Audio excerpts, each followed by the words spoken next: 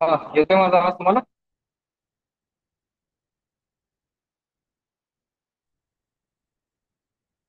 येतोय का आवाज? हो.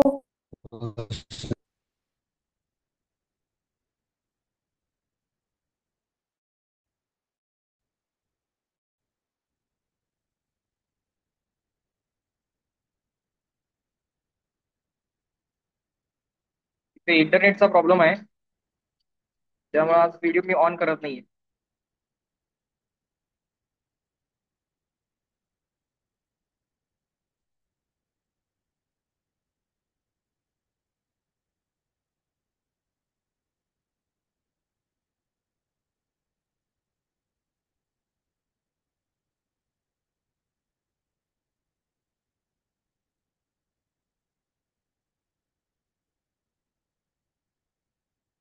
कुठेपर्यंत झालं होतं?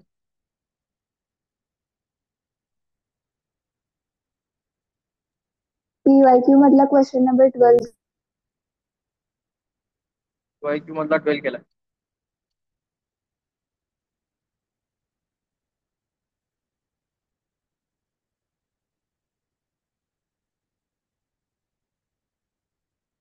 पुढं हे सगळं पीवायक्यूचं सॉल्व्हिंग तुमचं 2 तारखेला सॉल्व्ह करून कम्प्लीट होणं एक्सपेक्टेड होतं.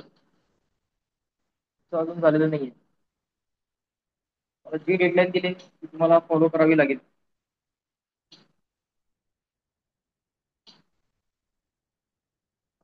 तसं जर असेल तर मग मला या बॅच मध्ये नाही बसता येणार. मला जर डेडलाईन फॉलो करायची नसेल तर.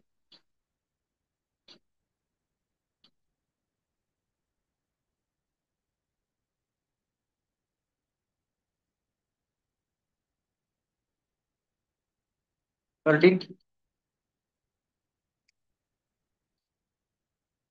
14, सांगा. 14 तुला सांगायचंय?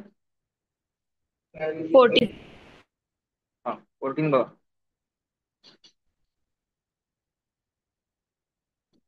The water falls from the height of 40-meter dam at a rate of 9 into 10 raised to 4 kg per hour. आणि जरा बस बारीक तर कर, वाजायला नको बघ.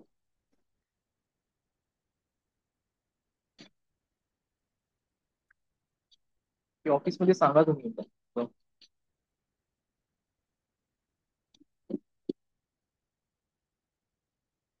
तू बघून ठरव की, विचारू नको लोकांना.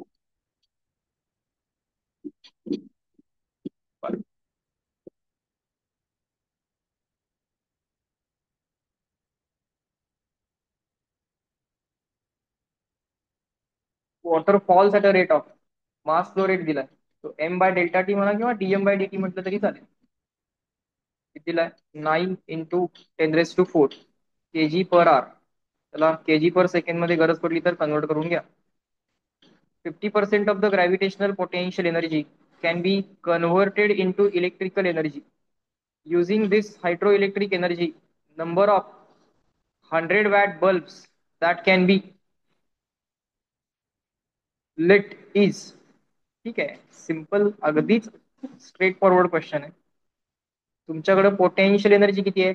mgh. He gravitational potential energy divided by delta T केलं, ग्रॅव्हिटेशनल पोटेन्शियल एनर्जीला करस्पॉन्डिंग असलेली पॉवर झाली. याच्या 50% म्हणजे 50/100 म्हणजे हाफ काय आहे? तुमची इलेक्ट्रिकल पॉवर आहे. या इलेक्ट्रिकल पॉवरचा यूज करून काय करायचे? 100 वॅटचे बल्ब ऑन करायचे. किती बल्ब ऑन होतील? 10 टाइम्स 100. कळलं का?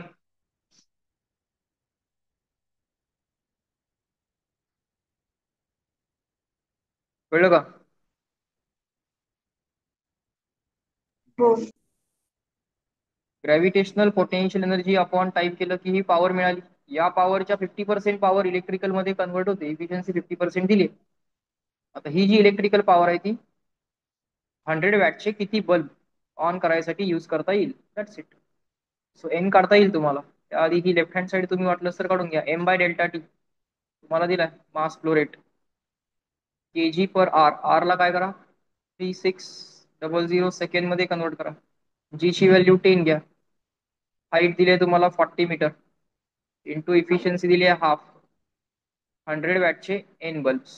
टोटल पॉवर जी आहे इलेक्ट्रिकल पॉवर ती एन टाइम्स 100 अशी ती यूज केली जाईल. सो 100 ला 100 कॅन्सल झाला. इथं जे मिळेल दॅट इज युअर एन. करता येईल का बघा. 9 गुणिले 4 4 आणि 4 कॅन्सल. किती आहे 10⁻14 नाहीये काय आहे 10⁻4 आहे बरोबर. ते 10⁻4 आणि हे 10⁻2 म्हणजे 10⁻2 आणि 10⁻2 म्हणजे 100 अपॉन 2 केलं की किती होते 50. असे 50 बल्ब तरी लावता येत. असंच केलं का बघा. पुढं 15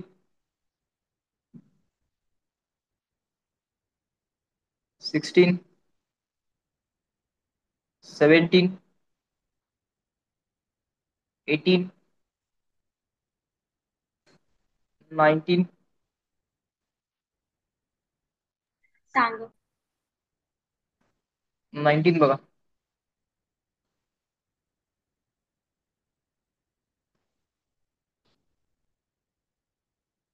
As per the given figure, two blocks each of mass equal to 250 gram are connected to the spring of spring constant equal to 2 Newton per meter. If both are given the velocity v in opposite directions, then the maximum elongation of the spring is.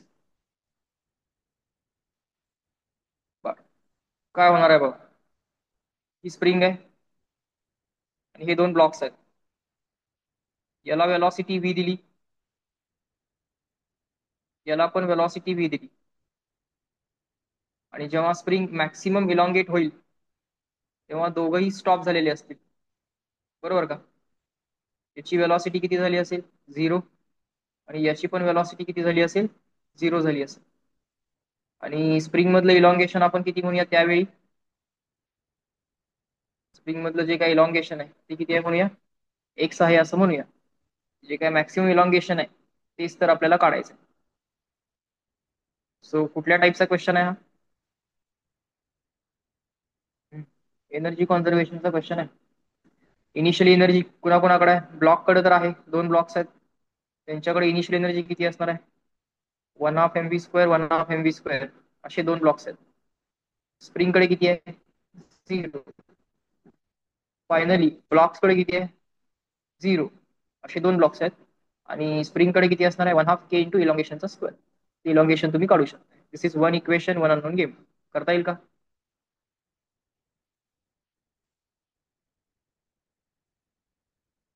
हो. तर काय होईल पुढचं काळ करता येईल तुमचं तुम्हाला. One equation one unknown is very simple.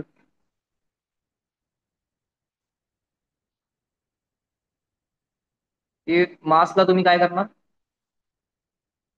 0.25 करणार. ऑप्शन मध्ये याला जर सॉल्व्ह केलं ना आपण एम आणि व्ही दोन्ही राहते एम व्ही आणि के. त्यातलं मास एम आणि के रिप्लेस करा म्हणजे आन्सर व्हीच्या लँग्वेज मध्ये. असं वाटतंय आपल्याला की युनिट बॅलन्स होत नाही तसं नाही आहे. ते युनिट बॅलन्स होतंय कारण हा जो हे जे कॉन्स्टंट्स आहेत ना हे विथ युनिट्स आहेत.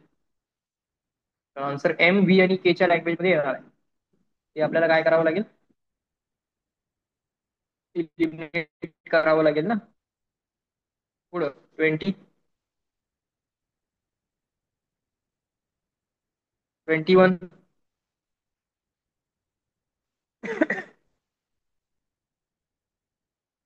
22 सांगा. चांगला 22 बघा. असतं. हा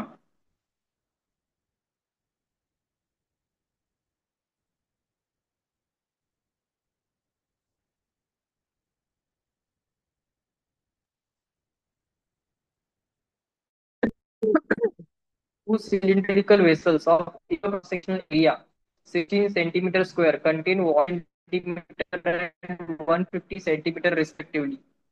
दोन सिलेंड्रिकल वेसल आहेत दोघांचा बेसचा एरिया जो आहे तो सेम आहे.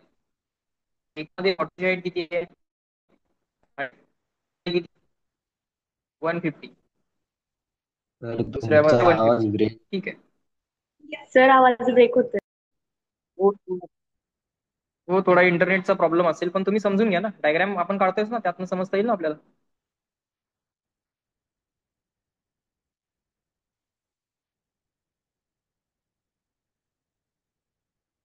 The vessels are interconnected so that the water levels in them become equal. Vessels connect केले आणि वॉटर लेवल इक्वल झाल्या. मग त्या इक्वल वॉटर लेवल किती असतील आता? ही लेवल किती होती तुमची? 100. ही होती 150. बरोबर. बेसचा एरिया त्यांनी ऑलरेडी सेम दिलेला आहे. त्यामुळं व्हॉल्यूम कॉन्झर्वेशन जर आपण गेलो तर आपण असं म्हणू शकतो की ही लेवल किती होती तुमची? 100. ही होती 150. इक्वल लेवल जी होणार, या 25 चा गेन होणार आणि बरोबर या 25 चाच लॉस होणार, कारण इथनं जो व्हॉल्यूम लॉस झाला तेवढा इथं व्हॉल्यूम काय करायचा असतो? गेन. व्हॉल्यूम कॉन्झर्वेशनचा रूल आहे तो. प्लस हाईट इक्वल करायची आहे, पण हाईट इक्वल करताना व्हॉल्यूम तुम्हाला काय करायचे आहे? कॉन्झर्व करायचे. तर इथं आता तुमची लेवल किती होणार आहे? 125. इथं पण किती होणार आहे? 125 होणार आहे. बरोबर. पुढे काय म्हटलेलं आहे? The work done by the force of gravity during the process take the density of the water is equal to so and so. आता वर्क डन बाय ग्रॅव्हिटी आपल्याला काढायचं.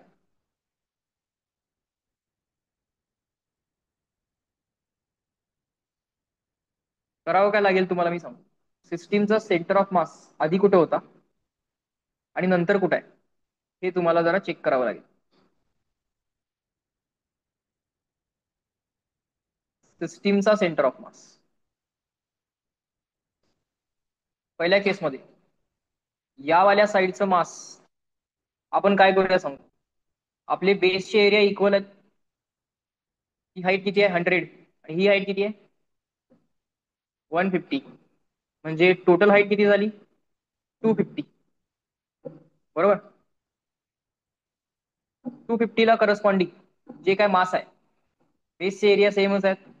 250 करस्पॉन्डिंग आपण मास किती घेऊया? 250 ग्राम घेऊया. त्या 250 ग्राम मधलं 100 ग्राम जे काय मास आहे, पहिल्यांदा आपण काय करूया? इनिशियल सिच्युएशन ड्रॉ करूया.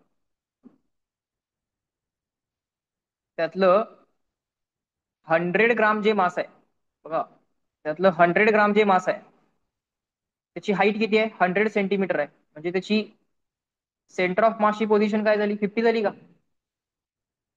100 ग्राम किती हाईटला आहे? 50 सेंटीमीटरला आहे. आणि त्यातलं 150 ग्राम कुठं आहे? 150 ग्राम कुठं आहे? 150 ग्राम कुठं आहे? बरोबर 150 ग्राम जे आहे ते बरोबर मिड पॉईंटला असेल, म्हणजे कुठं आहे? 75 सेंटीमीटरला आहे. बरं, मग याचा आधीच्या सिस्टीमचा सेंटर ऑफ मास कुठं आला? इथं आला का? आधीच्या सिस्टीमचा जो सेंटर ऑफ मास आला बरोबर मिडला कुठेतरी आला. मिडला म्हणजे एक्झॅक्टली मिडला येणार नाही, ते आता काढावं लागेल. हे डिस्टन्स कसं काढणार आपण? समजा हे डिस्टन्स काढायचं ठरवलं आपण, याला आपण R1 म्हणूया. R1 जर काढायचं ठरवलं तर R1 इज इक्वल टू काय असणार आहे? M2 अपॉन M2 म्हणजे किती? 150. M2 upon M1 plus M2 म्हणजे 250. His fraction of total separation. काय टोटल सेपरेशन? 25. सो किती आला तो? 15 आला का? सो हे सगळंच्या सगळं जे काय मास आहे ते सेंटर ऑफ मासला जर आपण घेतलं तर 50 प्लस 15 म्हणजे किती आलं? 65 सेंटीमीटरला टोटल मास आपण घेऊ शकतो. पहिल्या केसवालं जे काय टोटल मास आहे ते कुठे घेऊ शकतोय आपण? 250 ग्राम जे काय मास आहे ते 65 सेंटीमीटरला आपण घेतलं. तर सेकंड केसमध्ये होणार काय? ही हाईट किती होणार आहे? 125. ती पण किती होणार आहे? 125. त्यामुळे हे वालं मास कुठे येणार आहे? 62.5. हे वालं मास पण कुठे येणार आहे? 62.5. म्हणजे इफेक्टिव्हली मास कुठं झालं? 62.5. सेकंड केसमध्ये जे काय टोटल 250 ग्राम आहेत, इफेक्टिव्हली सेकंड केसमध्ये जे काय 250 ग्राम आहेत ते येणार कुठे आहेत? येणार कुठे आहेत? 62.5 ला येणार आहे. आता हे 250 तर आपण आपल्याला काढावं म्हणून घेतलेलं आहे. ते रियालिटीमध्ये 250 असणार नाही, ते प्रपोर्शनल टू 250 असणार. पण टोटल मासला आपण M म्हणूया. रियालिटीमध्ये ते मास जे आहे हे 250 ग्राम असणार नाहीये. टोटल मासला आपण एम म्हणूया. बरं, मग आधी टोटल मास कुठं होतं? 65 सेंटीमीटरला होतं. आता कुठं आलं ते? 62.5 सेंटीमीटरला आलं. म्हणजे किती डिस्टन्स खाली आलं? 2.5 सेंटीमीटर खाली आलं. So work done by the gravity positive असेल, कारण ग्रॅव्हिटीचा फोर्स डाऊनवर्ड आहे आणि सेंटर ऑफ मास पण खालीच आलाय. सो फोर्स आणि डिस्प्लेसमेंट सेम डायरेक्शन मध्ये आहे ना. सो एमजीएच करावं लागेल. एम म्हणजे total mass, G into H म्हणजे लेवल चेंज. आता टोटल मास कसं घेणार आपण? Density into total volume. वॉटरची डेन्सिटी किती घेऊया? 1000 घेऊया. व्हॉल्यूम, व्हॉल्यूम आपल्याला काढावं लागेल. Area of base into height. आता हाईट किती घेणार? एरिया ऑफ बेस तर सेम आहे, म्हणजे हाईट घेणार आपण 100 प्लस 150 म्हणजे 250. एरिया ऑफ बेस किती आहे? 16 सेंटीमीटर स्क्वेअर, म्हणजे 16 into 10⁴ area of base into height जी घेणार ती किती घेणार आहे आपण? 250 सेंटीमीटर. हा टोटल व्हॉल्यूम झाला का? 250 सेंटीमीटर. सेंटीमीटर म्हणजे परत किती आला? 10⁻² -2 आणि इथं -4. हे झालं डेन्सिटी इंटू व्हॉल्यूम. जी ची व्हॅल्यू किती घेऊया? 10. आणि लेवल जी चेंज झाली आहे ती कितीनं झाली आहे? 2.5 सेंटीमीटरनं खाली आला आहे तो. आणि ग्रॅव्हिटीचा फोर्स पण डाऊनवर्ड आहे, डिस्प्लेसमेंट पण डाऊनवर्ड आहे, म्हणजे वर्क पॉझिटिव्ह येणार. So 2.5 into 10⁻². असं काहीतरी आपल्याला करावं लागेल. सो 1, 2, 3, 4, 5. बरोबर. सो 10⁻² +5 आणि हे किती होते?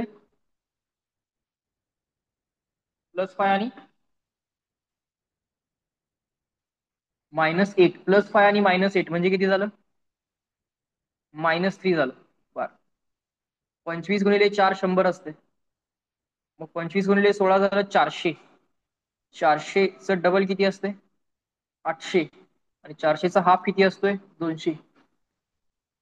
म्हणजे किती आलं? 1000. 1000 ला 1000 काय झालं? कॅन्सल झालं. आन्सर काय आलं?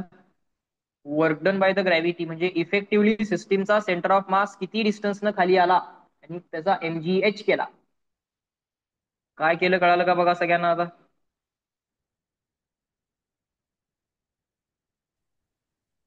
हो हो. बरं.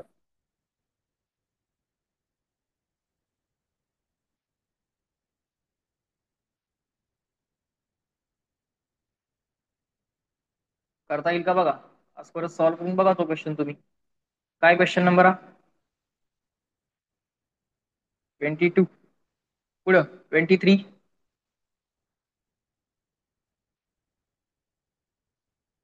24,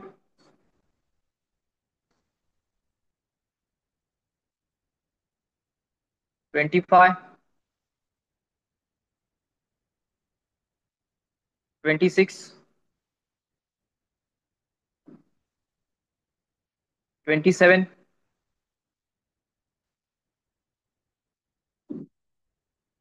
28, 28, 28 बघा.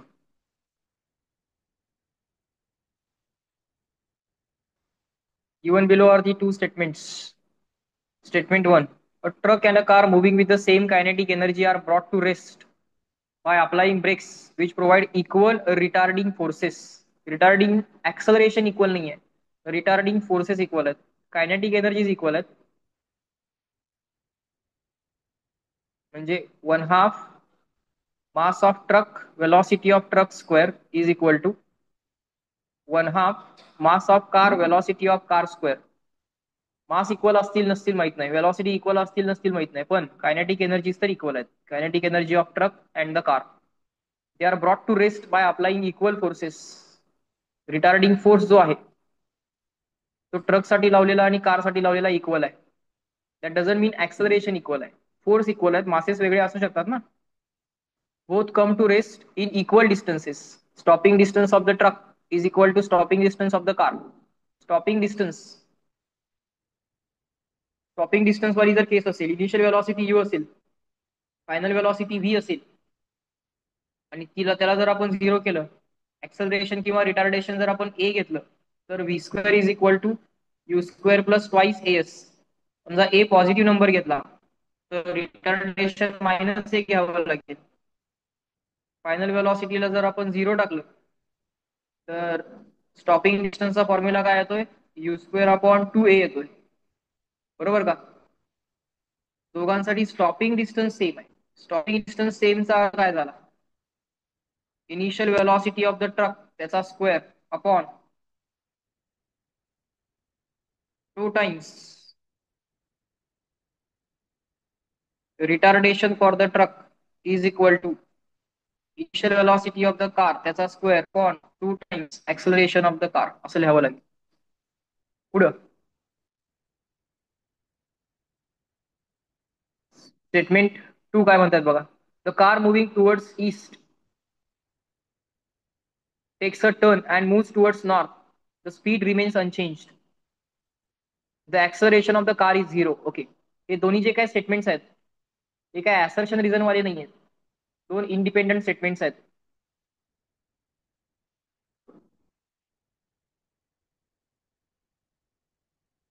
आता स्टेटमेंट 1 करेक्ट यायला या सगळ्या कंडिशन सॅटिस्फाय व्हायला पाहिजे. मला सांगा, स्टॉपिंग डिस्टन्स सेम यायला हे सेम पाहिजे. आता ऍक्सलरेशन ऍक्सलरेशन सेम असण्यासाठी, ऍक्सलरेशन ऑफ द ट्रक आणि acceleration of the car same असण्यासाठी याला पुढे सॉल्व्ह करूया आपण. काय होते बघा, काय लिहिणार आपण इथं, retarding force for the truck upon mass of the truck. इथं काय होणार आहे, वेलॉसिटी ऑफ द कारचा square 2 times retarding force for the car आणि मास ऑफ द कार. हे त्यांनी ऑलरेडी इक्वल दिलेलं आहे का, हे त्यांनी ऑलरेडी इक्वल दिलेलं आहे. आता एम पली वरती गेलं तर काय होईल, mass of truck into velocity of ट्रकचा स्क्वेअर अपॉन 2, आणि हे परत मास वरती गेलं तर काय होईल, mass of car into velocity of कारचा स्क्वेअर अपॉन 2. अरे हे दोन्ही पण इक्वल झाले. अरे हे दोन्ही इक्वल म्हणजे काय, kinetic energy of the trucks equal. Yes. So third केसमध्ये आम्हाला जी सिच्युएशन सांगितली होती त्याला जर आम्ही पुढे सॉल्व्ह केलं तर आम्हाला फर्स्ट केसची सिच्युएशन मिळते, कायनेटिक एनर्जीज इक्वल मिळतात. So this itself means that the kinetic energies are equal. म्हणजे स्टेटमेंट 1 काय आलं, करेक्ट आलं. आता याला लॉजिकली पण विचार करा ना. मला सांगा, work done by the force असा असणार आहे इज इक्वल टू काय असणार आहे, चेंज इन कायनेटिक एनर्जी. बरोबर, इनिशियल मायनस फायनल करा किंवा फायनल मायनस इनिशियल करा. Work done by the force असणार आहे -Fs magnitude of force into magnitude of displacement किंवा stopping distance into cos of angle between them. Initial KE आणि final तर झिरोच आहे.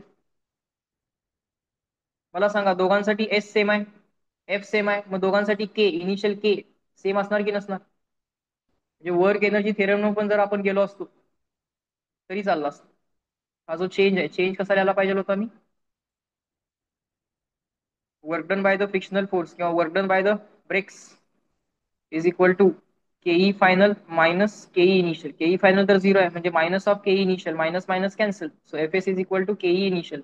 एफ सेम आहे, एस सेम आहे, म्हणजे के काय असणार आहे, सेम असणारच आहे. त्यातले कुठलेही दोन ज्या कंडिशन त्यांनी आम्हाला दिल्या होत्या त्यांनी हे दोन्ही आपल्याला सेम दिले होते, म्हणजे ऑटोमॅटिकली के पण इनिशियल के पण काय यायला पाहिजे, सेम यायला पाहिजे. म्हणजे हा अल्टरनेट वे जास्त बेटर आहे की नाही बघा. Work energy theorem, work done by the brakes, brake reverse direction मध्ये असतील, डिस्प्लेसमेंट फॉरवर्ड डायरेक्शन मध्ये असेल, cos of angle between them minus असेल. So change in kinetic energy negative आहे, final minus initial, 0 minus initial. Force आणि displacement same घेतली की K initial same आहे, किंवा के इनिशियल आणि फोर्स जर सेम घेतली तर डिस्प्लेसमेंट त्यांच्या सेम आहे. स्टेटमेंट 1 काय आलं तुमचं, करेक्ट आलं.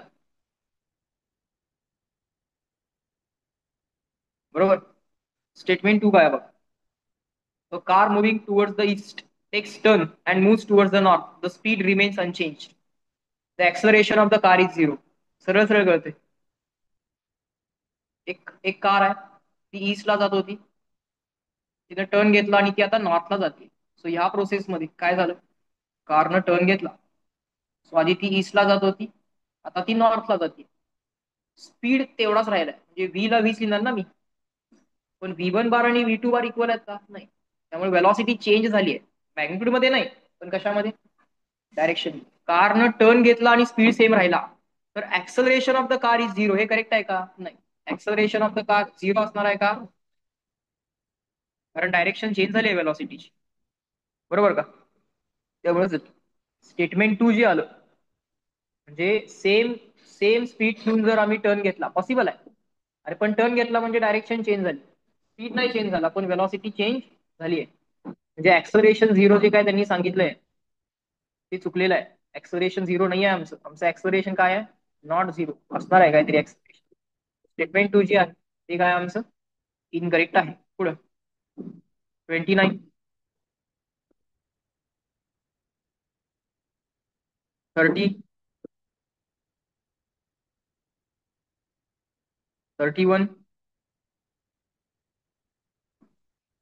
32,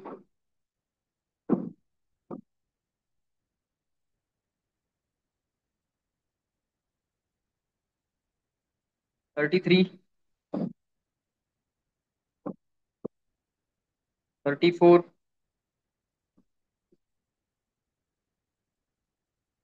35, 36,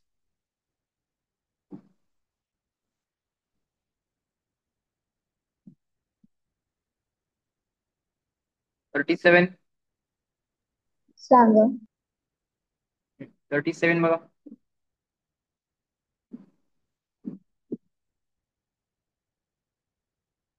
A body of mass equal to 2 kg initially at rest starts moving unidirectionally under the influence of the source of the constant power.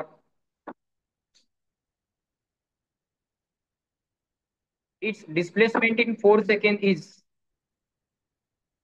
its displacement in 4 seconds is 1 upon 3 alpha into root of p metre. तो m नहीं है तो काय है? Metre. The value of alpha will be, कारण मासला M देणार नाहीत ना, मास तर 2 kg आहे त्यामुळे ते मास एम नाही आहे. ओके ठीक आहे, बघूया. एक कॉन्स्टंट पॉवर आहे, इन्स्टंटेनियस पॉवर. त्याचा फॉर्म्युला काय? Force into velocity into cos of angle between them. ही झाली माझी इन्स्टंटेनियस पॉवर. बरं, फोर्स आहे म्हणजे ऍक्सलरेशन आहे म्हणजे वेलॉसिटी व्हेरिएबल आहे. वेलॉसिटी वाढत जाणार आहे तुमची. ऑब्जेक्ट वरती फोर्स आहे,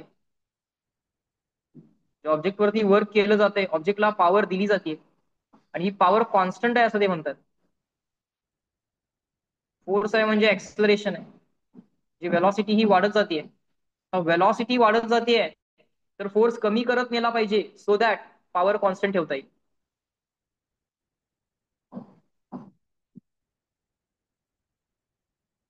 कळलं का? आता फोर्स कमी करत नेल्यामुळं ऍक्सलरेशन कमी होत जाईल, म्हणजे व्हेरिएबल ऍक्सलरेशन वाली केस आहे, कॉन्स्टंट ऍक्सलरेशन वाली केस नाहीये. कळलं का? कॉन्स्टंट ऍक्सलरेशन वाली केस नाहीये. डिस्प्लेसमेंट इन 4 सेकंड दिली. डिस्प्लेसमेंट पर्यंत लगेच पोहोचता येत नाही, पहिल्यांदा वेलॉसिटी पर्यंत पोहोचता येईल. फोर्सला काय लिहिता येईल? मास इंटू ऍक्सलरेशन, बरोबर. यातनं p into dv is equal to p by m into dt. हे कळालं का? Integrating on both the sides. Time equal to 0 ला वेलॉसिटी 0 घ्या, टाइम इक्वल टू t ला वेलॉसिटी v घ्या, सांगितलं इनिशियली ऍट रेस्ट म्हणून.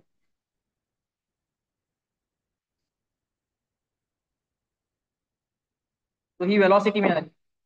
दोन्ही साइडला स्क्वेअर रूट घ्या.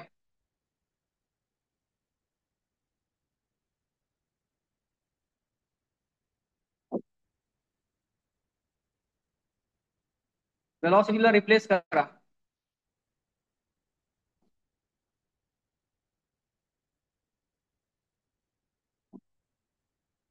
इंटिग्रेशन करा दोन्ही साइडला.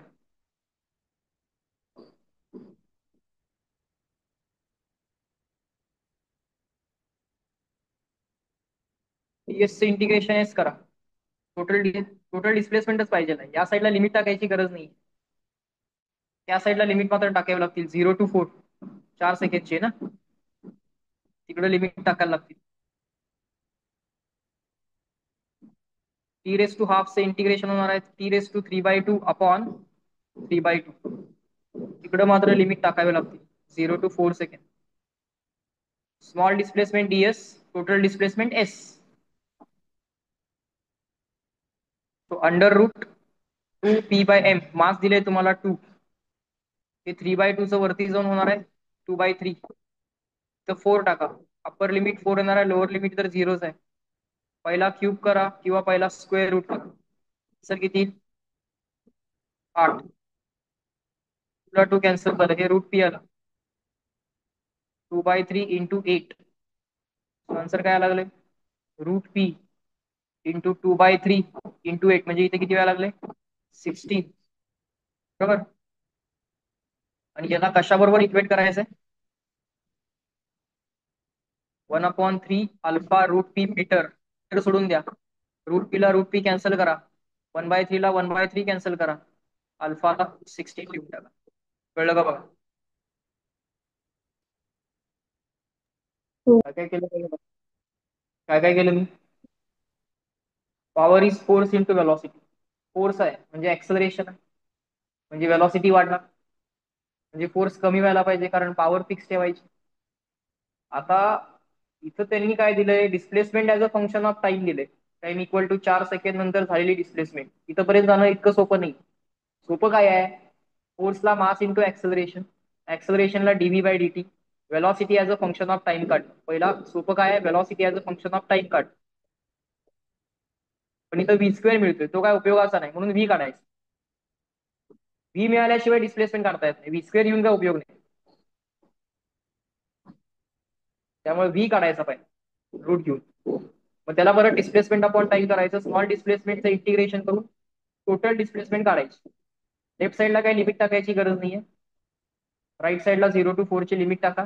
Displacement as a function of time मिळेल, टाइमचं लिमिट टाका, इक्वेट करा. त्यांनी जे सांगितलं होतं त्याच्याबरोबर तुम्हाला अल्फा मिळेल.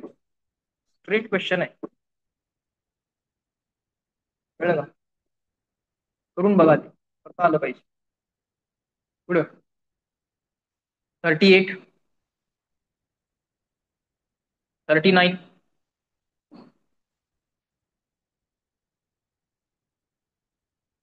40,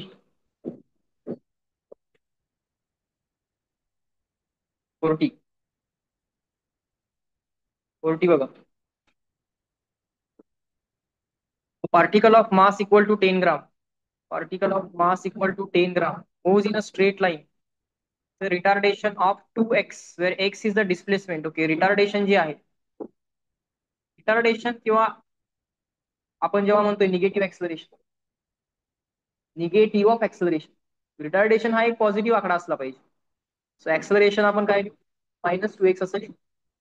where x is the displacement in SI unit, it loses the kinetic energy for the above displacement. Okay, in the displacement equal to x, it loses the kinetic energy of 10/x bracket raised to -n joule. Then the value of n will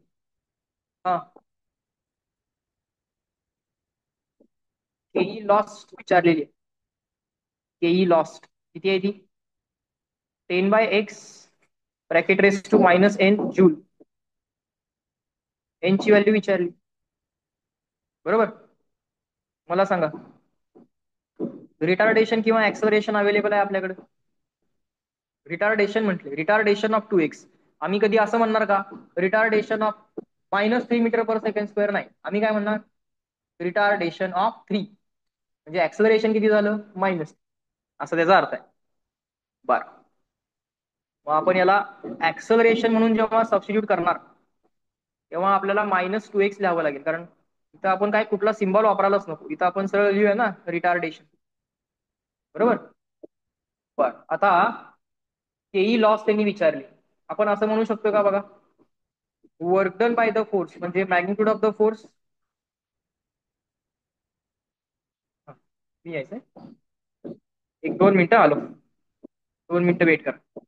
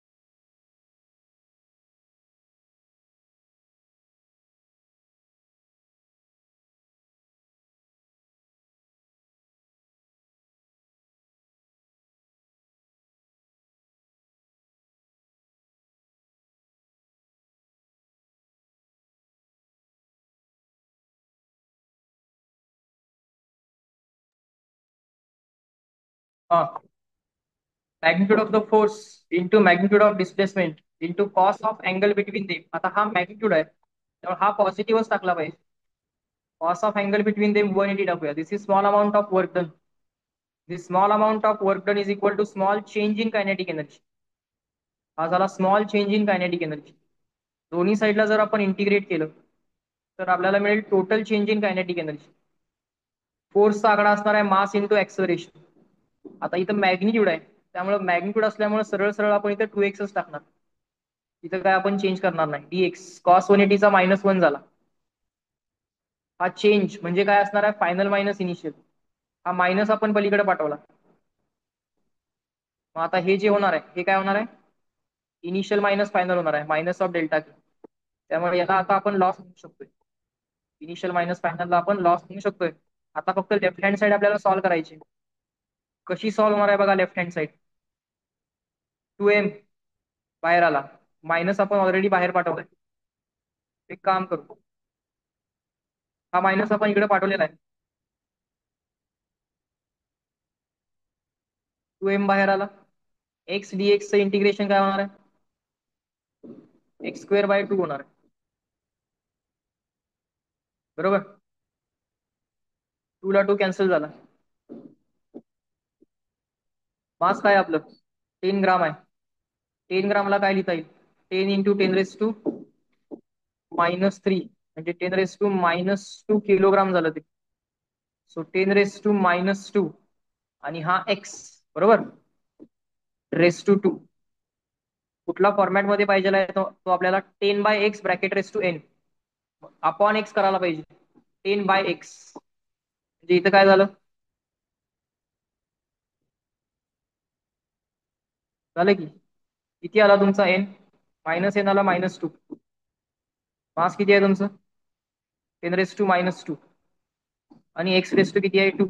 10/x format पाहिजे असेल तर 10⁻² आणि x⁻² is equal to काय आलं ke lost. 10/x हे सगळं SI unit मध्ये bracket ⁻² काय होणार -2 is equal to ke lost. याला कम्पेअर करायचं कशाबरोबर 10/x ब्रॅकेट ⁻n बरोबर कम्पेअर करा. तुम्हाला n मिळेल. कळलं का काय केलंय. व्हेरिएबल फोर्स आहे ना तो. ऍक्सलरेशन व्हेरिएबल आहे पोझिशन नुसार बदलते. Acceleration is a function of position म्हणजे force is a function of position. Force is a function of position दिलं तर काय करायचं इंटिग्रेशन fx dx. आणि force as a function of time दिलं तर force as a function of position असेल तर इंटिग्रेशन fx dx करायचं. पण फोर्स जर टाइमचं फंक्शन असेल तर acceleration as a function of time. त्याच्यानंतर velocity as a function of time आणि वर्क एनर्जी थेरम. फायनल टाइमची फायनल वेलॉसिटी त्याच्यावरनं फायनल के. इनिशियल टाइमची इनिशियल वेलॉसिटी त्याच्यावरनं इनिशियल के आणि चेंज इन के करून वर्क काढायचं. Force as a function of time दिलं तर velocity as a function of time final velocity initial velocity change in velocity change in K. दोन्ही method मी तुम्हाला काल सांगितल्या होत्या. ठीक आहे कळलं का. Next 41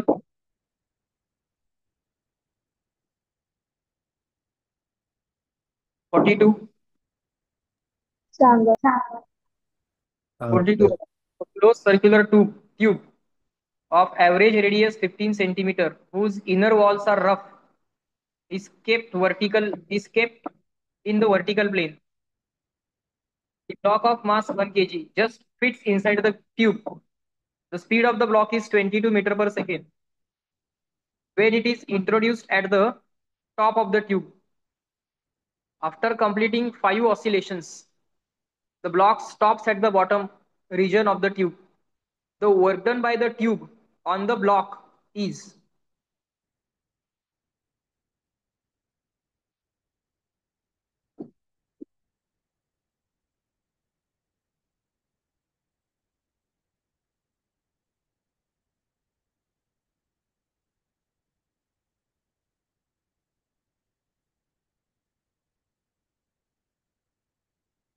So this is initial position. This is the final position. And there are 5 oscillations.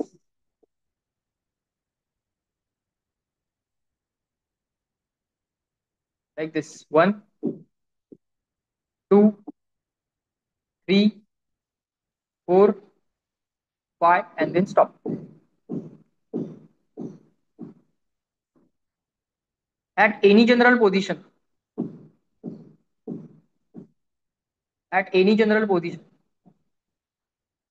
there will be gravitational force. Let's say it is moving forward. So friction here or here doesn't matter. Friction backwards, normal reaction like this, velocity like this forward. So there are 3 forces acting on the block.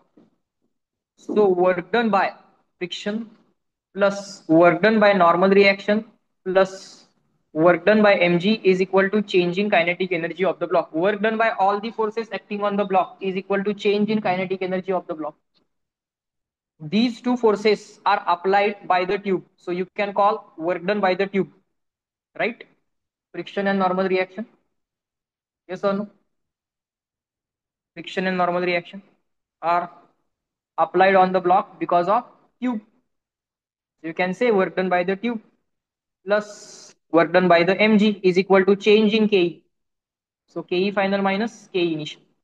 So work done by the tube is equal plus work done by gravity. Block has came down, gravity is downward, displacement is downward. So plus mgh is equal to ke final 0, ke initial 1/2 m initial velocity square. So what is work done by the tube?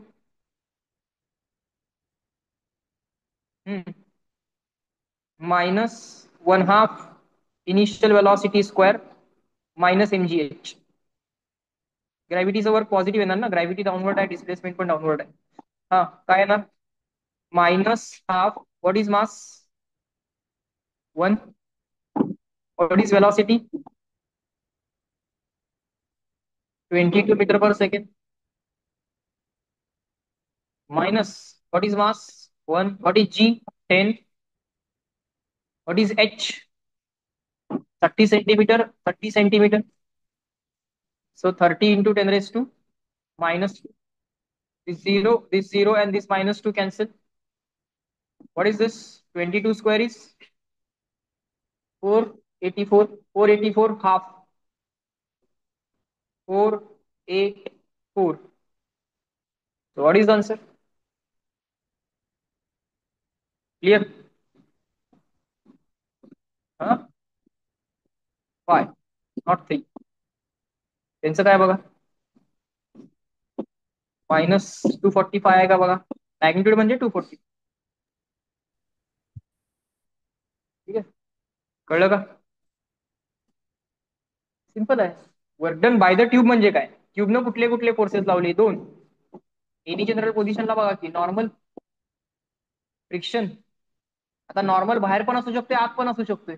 खाली असेल तर आत असेल ना normal. या पॉइंटला जर काढला, लोअर हाफ मध्ये कुठे काढला तुम्ही? लोअर हाफ मध्ये काढला तर नॉर्मल इनसाइड असेल, टुवर्ड सेंटर. अपर हाफ मध्ये नॉर्मल साइड असेल. ठीक आहे की, पण शेवटी काय नॉर्मल फ्रिक्शन आणि हे तिघे मिळून काय करतात? चेंज इन कायनेटिक एनर्जी करतात. सिंपल होता क्वेश्चन, मला यायला पाहिजे. हा बोला. पेपरला आला तर काय करायचं सांगतो तुला. पेपरला आला तर विथ साईन लिहिणं एक्सपेक्टेड आहे. पण जो कीबोर्ड असतो त्याच्यावरती इन केस मायनस साईन नाही दिलं तर तुला आकडा लिहून यावं लागेल. मायनस साईन दिलं तर, मायनस साईन जर अवेलेबल असेल तर विथ साईनच घेऊन यायला पाहिजे आन्सर. पण वर्कच्या प्लसला आणि मायनसला अर्थ आहे. वर्क न वर्कला जे साईन आहे, ट्यूबनं केलेलं जे वर्क आहे त्याचे जे काही साईन आहे प्लस आणि मायनस, त्याला अर्थ आहे. ते वर्क तेही वाढवायसाठी युज करणार आहात की कमी करण्यासाठी युज करणार आहात, असा त्याचा अर्थ आहे. ग्रॅव्हिटीनं केलेलं वर्क पॉझिटिव्ह येणार आहे, याचा अर्थ त्याचा यूज कशासाठी केला जाईल, केई वाढवायसाठी. आणि ट्यूबनं जे वर्क केले त्याचा त्याचा यूज केई कमी करण्यासाठी. म्हणजे याचा याचं आन्सर मी विथ साईन घेऊन आलं पाहिजे का? येस. पण न्यूमरिकल टाईप क्वेश्चन जर असेल आणि मायनस साईन जर कीबोर्डमध्ये, कीबोर्ड तो समोर असतो स्क्रीनवरती, त्यात अवेलेबल नसेल तर तुला आकडा लिहून यावं लागेल. कळलं का? ते असं एक्सपेक्टेड नाहीये तिथं ते मायनस साईन तुला येतील. ते जे काय केलंय ना त्याचं सोल्युशन काय लिहिले वाचना. सोल्युशन मध्ये काय टाईप केले? -245 टाईप केले. याचा अर्थ काय आहे की मायनस साईन तिथं आम्हाला कीबोर्डवरती अवेलेबल, कीबोर्डवर म्हणतो स्क्रीनवरती अवेलेबल असतंय. बरोबर का?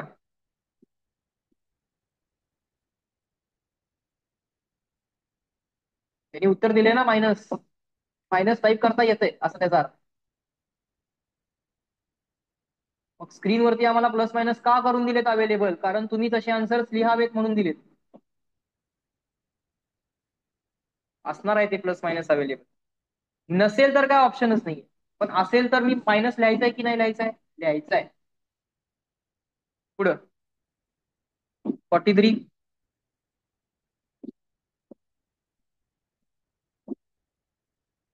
हा 43 बघा.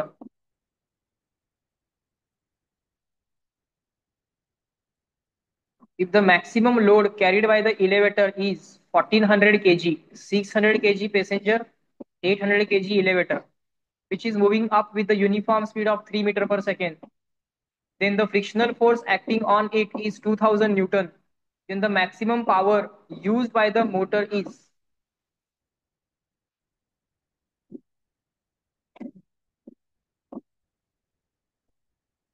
इकडे बघा.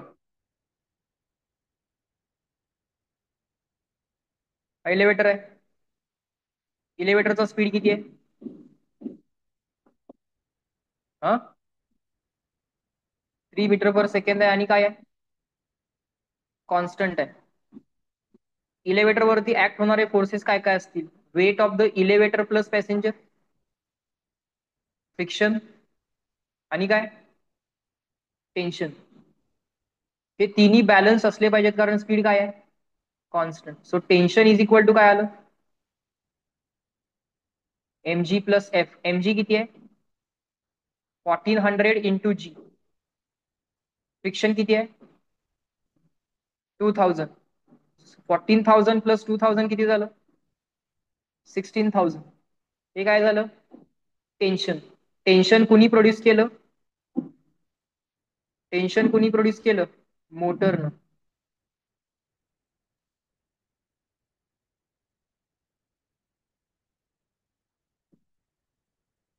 So power delivered by motor is equal to force generated by the motor into velocity of the object into cos of angle between them. So इथे किती येणार? 16,000 इंटू वेलॉसिटी कॉन्स्टंट आहे. इन्स्टंटेनियस असली काय नसली काय? आता ती नाही ना, कॉन्स्टंट आहे का नाही आहे का ते काय आता सोडून द्या. ऍक्सलरेशन दिलं नाहीये म्हणून आपण हे टेन्शन काढायसाठी इक्वेट केलं. समजा ऍक्सलरेशन दिलं असतं तर MA is equal to T minus mg plus F केलं असतं. MA is equal to net upward force is equal to all up minus all down. आता इक्वेट केलं ना आपण टेन्शनला mg प्लस एफ बरोबर इक्वेट केलं.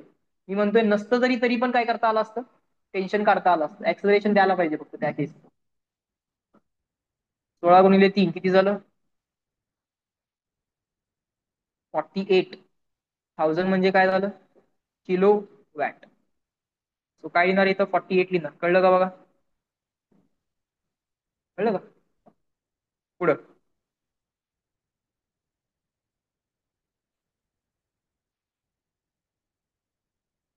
44, 45, 46, 47. 47 आलाय का? हो. 48,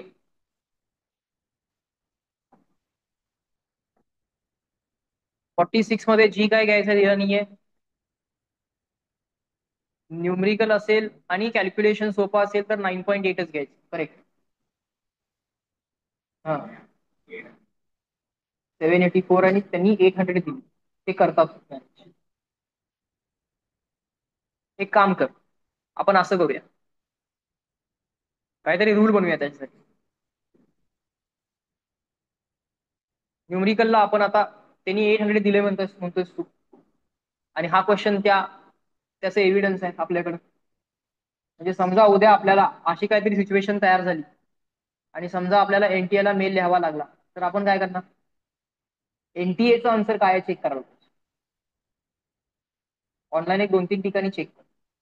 784 हे 9.8च्या हिशोबानं करेक्ट काढला बरोबर. पण त्यांना एक्सपेक्टेड आन्सर जर 800 आणि 784ला ते जर चुकीचे द्यायला लागले, एक तर नाही दिलं पाहिजे. त्यांनी काय केलं पाहिजे, त्यांच्या सॉफ्टवेअरमध्ये 9.8 न काढलेलं आन्सर आणि 10 न काढलेलं आन्सर दोन्ही काय द्यायला पाहिजे, करेक्ट द्यायला पाहिजे. नंबर 1. समजा नसेल तर आपल्याकडे या क्वेश्चनचा आन्सर एव्हिडन्स आहे की नाही आहे बघा. 2023ला तुम्ही असं केलं होतं, त्यांना आपल्याला सांगता येते, क्लेम करता येते. त्यामुळं आता आपण काय करूया, इफ नॉट स्पेसिफाईड आणि न्यूमरिकल असेल, not specified plus numerical question जर असेल, तर आपण काय बघा, एमसीक्यू मध्ये प्रॉब्लेम येत नाही आणि ऑप्शन्स मध्ये कळते डेसिमल वाले ऑप्शन्स आहेत की विदाउट डेसिमल आहे, त्याच्यावरनं कळते 9.8 घ्यायचं की 10 घ्यायचं. पण न्यूमरिकल मध्ये हा प्रॉब्लेम येणार. सो स्पेसिफाय केलं नसेल प्लस न्यूमरिकल प्रॉब्लेम असेल तर जीची व्हॅल्यू आपण काय घेणार, 10 घेणार. त्याचा एव्हिडन्स काय झाला आपला 2023चा क्वेश्चन नंबर 46, म्हणजे 800 घेणार आपण. आता ते आपण 10 घेणं तोपर्यंत बंद करायचं नाही जोपर्यंत हे स्पेसिफिकली स्पेसिफाय करत नाही, स्पेसिफिकली सांगत नाहीत की जी तुम्ही 9.8 घ्या. आता आपण 10 घेत राहायचं, तोपर्यंत घेत राहायचं जोपर्यंत त्याला काय एक्सेप्शन मिळत नाही आपल्याला. ठीक आहे. पुढं 47, 48, 48 आलाय का? 48 बघा. हा, अ बॉडी ऑफ मासची मीन व्हॅल्यू किती आहे, 5, आणि एरर किती आहे 0.5, म्हणजे 10%ची एरर आहे. वेलॉसिटीची मीन व्हॅल्यू किती आहे 20, आणि एरर किती आहे 0.4. 0.4 म्हणजे अगदीच कमी पर्सेंटेज आहे. 20 मध्ये 0.4. इथे लगेच सांगता येते 10%. इथलं पर्सेंटेज अगदीच कमी असणार आहे, सांगा चेक करावं लागेल. It's kinetic energy will be, kinetic एनर्जीचा फॉर्म्युला काय असतो, 1/2 mv². पहिला कायनेटिक एनर्जी काढून तर घे, 1/2 मास 5 घे, वेलॉसिटी 20 घे बरोबर, स्क्वेअर कर, आन्सर किती आलं.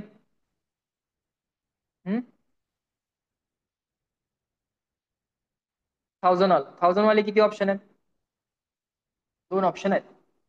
आता याला मीन व्हॅल्यू म्हणून टाक, ही झाली आपली मीन व्हॅल्यू. आता एरर इन कायनेटिक एनर्जी काढूया, लगेच काढता येणार नाही कारण मल्टिप्लिकेशन मध्ये आहेत. हाफ मध्ये काय एरर होणार नाही. एरर कशामध्ये होणार, मास मध्ये आणि कशामध्ये, वेलॉसिटी मध्ये. इथं मायनस असतं तरी आपण काय घेतला असता, प्लस. बरं, डेल्टा के काढायचंय आपल्याला बरोबर ना. मीन व्हॅल्यू, एरर व्हॅल्यू, मीन व्हॅल्यू, एरर व्हॅल्यू. तसं कायनेटिक एनर्जीची मीन व्हॅल्यू काढली आपण, आता एरर व्हॅल्यू काढूया. डेल्टा एम किती आहे मग, एरर व्हॅल्यू, मीन व्हॅल्यू. हे असते ना प्लस मायनस, त्यामुळे इथलं प्लस मायनस मॅटर करत नाही. हे प्लस मायनस त्याला ऍडच करायला लावणार आहे. हा 2 टाइम्स डेल्टा व्ही किती 0.4 अपॉन 20. इथे किती झालं 0.1. इथे किती झालं, हा 2 कॅन्सल झालं, 0.22 कॅन्सल झालं, 0.04 झालं. म्हणजे किती आलं ही मल्टिप्लिकेशन, सॉरी ऍडिशन 0.14, आणि 1000 न मल्टिप्लाय कर किती आलं 140 जूलची एरर आली. सो कायनेटिक एनर्जी के कशी लिहिणार, मीन व्हॅल्यू प्लस मायनस एरर. काय अवघड आहे, चॅप्टर 1 केलं होतं. चॅप्टर 1 मध्ये अशा टाईपची क्वेश्चन्स आपण मीन व्हॅल्यू काढता यायला पाहिजे. आणि मीन व्हॅल्यू काढली कशावरनं, फॉर्म्युला वापरून. अरे फॉर्म्युला मिळाला की एरर काढता येत नाही का, हाफ मध्ये काय होणार नाही एरर, लक्षात घे. एम आणि व्ही स्क्वेअर मध्ये होणार, delta M upon M plus 2 times delta V upon, असं आहे. कळलं का सगळ्यांना? बरं. ठीक आहे. टोटल क्वेश्चन्स किती आहेत? निम्मे तरी झाले असतील, 100 असतील तर मला ते किती आहेत? 67. बरं, आता मी काय म्हणतोय का, 48 पर्यंत झालेत, 67 पर्यंत आहेत तुम्ही म्हणताय, 17-18 क्वेश्चन्स राहिले. त्याचे सोल्युशन तुमचं तुम्ही बघाल का? बघाल का? त्याचे सोल्युशन आता तुमचं तुम्ही बघा. टेस्ट कधी किंवा सांगा WBE. हा, टेस्ट कधी किंवा आज कुठला वार आहे? फ्रायडे. एक दिवस द्या, आजचा उद्याचा दिवस घ्या, संडेला करूया. आजचा उद्याचा दिवस घ्या, संडेला काय अडचण आहे का?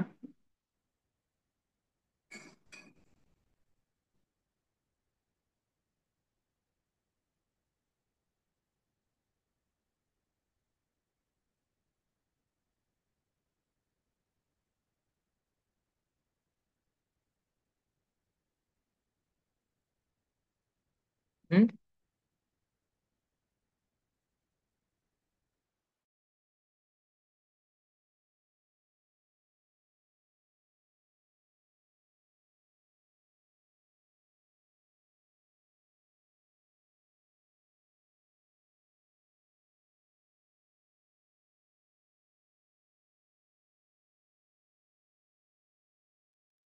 सर मंडेला ठेवता.